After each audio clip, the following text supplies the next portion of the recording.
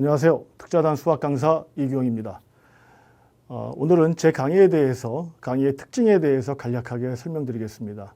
제 강의는 크게 4가지 특징이 있습니다. 첫 번째는 개념의 구조화, 두 번째는 유형의 일반화, 세 번째는 문제의 모든 해법 탐구, 네 번째는 초고난도 문제에 대한 짧은 해법. 자, 간단하게 하나씩 말씀드리겠습니다. 개념의 구조화는 학생들이 수학은 거의 모든 개념들이 구조화되어 있기 때문에 학생들 스스로 개념을 구조화하기는 어렵습니다. 근데 실제로 수학은 모든 개념들이 마치 나무처럼 하나의 기둥에서 하나의 줄기에서 나와서 나뭇가지로 뿌리, 줄기, 나뭇가지로 아주 촘촘하게 아주 논리적으로 잘 연계되어 있습니다. 학생들이 눈치를 채지 못하는 것이죠.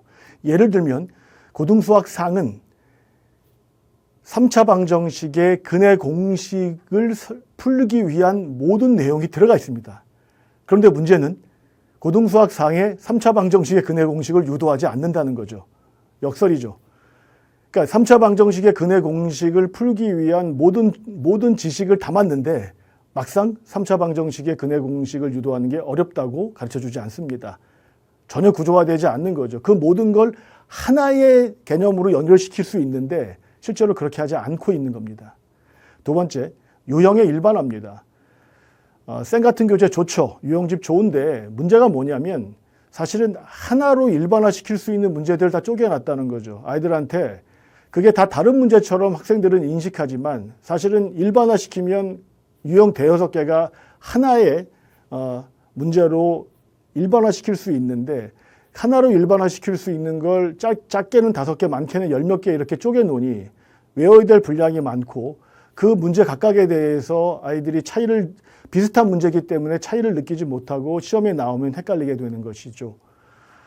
세 번째는 어떤 문제에 대해서 한 가지 방법만 해법을 연구하면 조금만 틀어지고 변형됐을 때 학생들이 그 문제의 풀이를 이해하지 못합니다. 그래서 저는 그 문제에 대한 모든 해법을 탐구하고 가르쳐 줍니다. 제가 공부합니다. 그 문제에 대한 풀이법이 10가지 있으면 10가지 다 말해줍니다. 그래야 학생들도 그와 유사한 문제, 변형 문제가 나왔을 때 쉽게 적응하고 처리할 수 있기 때문이죠.